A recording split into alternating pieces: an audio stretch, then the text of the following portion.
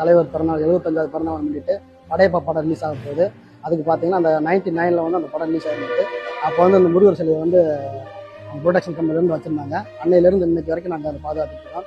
இது வந்து Albert theatre வந்து தலைவருடைய கோட்டம்னு கூட சொல்லுவாங்க. அந்த டயத்துலேருந்தே ரஜினி படம்னாலே இங்கே ஆல்பர்ட் தேட்டரில் செலிப்ரேஷன் வந்து பயங்கரமாக இருக்கும். நானும் இப்போ எனக்கு விவரம் தெரிஞ்சது நான் வந்து சின்ன வயசுலேருந்து ரஜினியோட ஃபேன் தான். செலிப்ரேஷன்னா இப்போ கபாலி படத்துலேருந்து நான் பார்த்துட்டு இருக்கேன். செலிப்ரேஷன் வந்து ரொம்ப பயங்கரமாக இருக்கும். ஆல்பர்ட் தேட்டர்னாலே செலிப்ரேஷன் நல்லா இதாக இருக்கும். இது 75 வந்து அவருக்கு பர்த்டே.